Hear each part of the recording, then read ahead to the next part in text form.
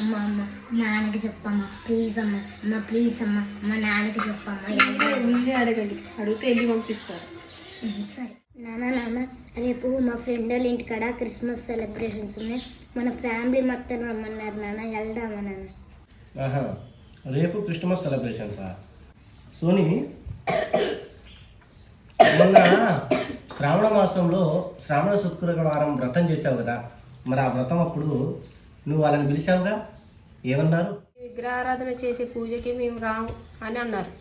ఇంకా మొన్న కార్తీక మాసంలో చివరి సోమవారం నాడు చేసిన వ్రతం ఉంది కదా, ఆ రోజు రమ్మంటే ఏమన్నారు? మీ విగ్రహాలకు అర్పించే ప్రసాదం మేము తినకూడదండి అని అన్నారు కదా. ఏ విషయంలోనూ మన సాంప్రదాయాలను గౌరవించని వాళ్ళ దగ్గరికి వాళ్ళు క్రిస్మస్ సెలబ్రేషన్ చేసుకుంటున్నాం అనగానే ఎగేసుకుంటూ వెళ్ళి వాళ్ళు ఏది పెడితే అది లొట్టలేసుకుంటూ తింటూ ఓహో ఆహా అని చిందులేస్తున్నారు కదా, కొద్దిగైనా బుద్ధుండక్కర్లే, వాళ్ళని చూసైనా నేర్చుకోండి. సారీ నాన్న, ఇంకెప్పుడు ఎవరు పిలిచినా మేము వెళ్ళాం. ఒరేయ్, సర్వమత సామరస్యం ఒక సనాతన ధర్మంలోనే ఉందిరా. మీరు చెప్పండిరా, అన్ని మతాలు సమానం, అందరూ దేవుళ్ళు ఒక్కటే అని మీరు చెప్పర్రా.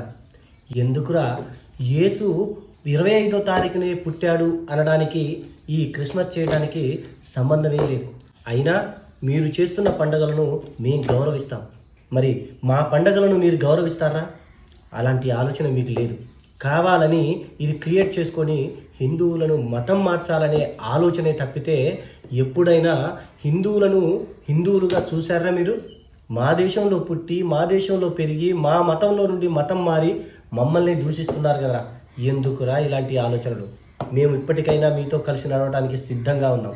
మీరు కూడా అలా ఉంటే చాలా సంతోషం. జై శ్రీరామ్, భారత్ మాతాకి జై.